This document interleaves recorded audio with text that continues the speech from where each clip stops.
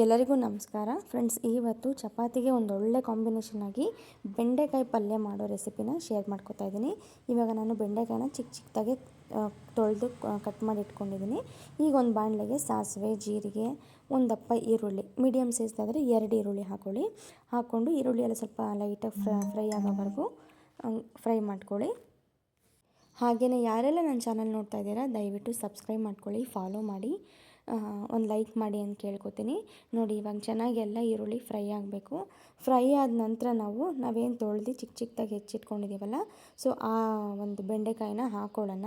ಸ್ವಲ್ಪ ಎಣ್ಣೆ ಜಾಸ್ತಿ ಹಾಕ್ಕೊಂಡು ಹುರ್ಕೊಂಡ್ರೆ ಬೆಂಡೆಕಾಯಿ ಬೇಗನೆ ಫ್ರೈ ಆಗುತ್ತೆ.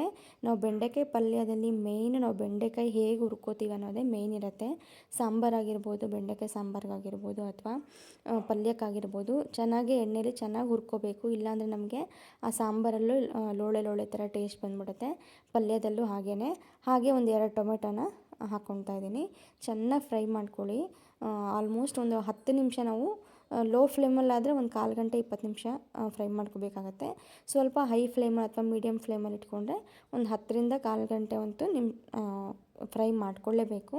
ಚೆನ್ನಾಗಿ ಬೆಂಡೆಕಾಯಲ್ಲಿರೋವಂಥ ಹಸಿ ವಾಸನೆ ಎಲ್ಲ ಹೋಗಿ ಆ ಲೋಳೆ ಬರೋ ಅಂಥದ್ದು ಎಲ್ಲನೂ ಹೋಗಬೇಕು. ಆನಂತರ ನಾವು ಪಲ್ಯಕ್ಕೆ ಏನು ಬೇಕೋ ಅದನ್ನು ಸಾಂಬಾರು ಪದಾರ್ಥಗಳನ್ನ ಹಾಕೋಬಹುದು. ನೋಡಿ, ಇವಾಗ ನೀಟಾಗಿ ಬೆಂಡೆಕಾಯಲ್ಲೆಲ್ಲ ನೀಟಾಗಿ ಎಲ್ಲೂ ನೋಡಿ ಲೋಳೆ ಎಲ್ಲೂ ಕಾಣಲ್ಲ.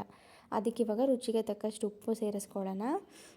ಈ ರೀತಿ ನಾವು ಮಾಡ್ಕೊಳ್ಳೋದ್ರಿಂದ ಬೆಂಡೆಕಾಯಿ ಪಲ್ಯ ಟೇಸ್ಟ್ ತುಂಬ ಚೆನ್ನಾಗಿರುತ್ತೆ.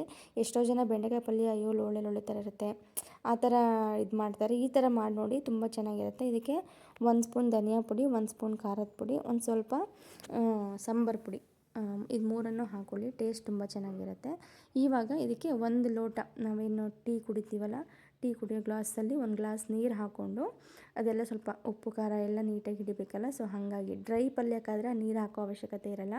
ಬಟ್ ಈ ಚಪಾತಿಗೆ ಸ್ವಲ್ಪ ಗ್ರೇವಿ ಕನ್ಸಿಸ್ಟೆನ್ಸಿಯಲ್ಲಿ ಮಾಡ್ತಾ ಇರೋದ್ರಿಂದ ಇದಕ್ಕೆ 1 ಲೋಟ ನೀರು ಹಾಕ್ಕೊಂಡು ಚೆನ್ನಾಗಿ ಮಿಕ್ಸ್ ಮಾಡ್ಕೊಳ್ಳಿ. ಬೆಂಡೆಕಾಯಿಗೆಲ್ಲ ಅದಕ್ಕೂ ನೀಟಾಗಿ ಹಿಡಿಬೇಕು. ಚೆನ್ನಾಗಿ ಮಿಕ್ಸ್ ಮಾಡಿಕೊಂಡು ಒಂದು 10ರಿಂದ 15 ನಿಮಿಷ ಚೆನ್ನಾಗಿ ಬೇಯಿಸ್ಕೊಬಿಟ್ರೆ ನಮಗೆ ಬೆಂಡೆಕಾಯಿ ಪಲ್ಯ ರೆಡಿ ಆಗಿಬಿಡುತ್ತೆ. ತುಂಬಾ ಟೇಸ್ಟಿಯಾಗಿರುತ್ತೆ. ಮಕ್ಕಳಿಗಾಗಿರ್ಬೋದು, ದೊಡ್ಡವ್ರಿಗೆ ಬ್ರೈನು ತುಂಬಾ ಶಾರ್ಪ್ ಆಗೋಕ್ಕೆ ಹೆಲ್ಪ್ ಮಾಡುತ್ತೆ.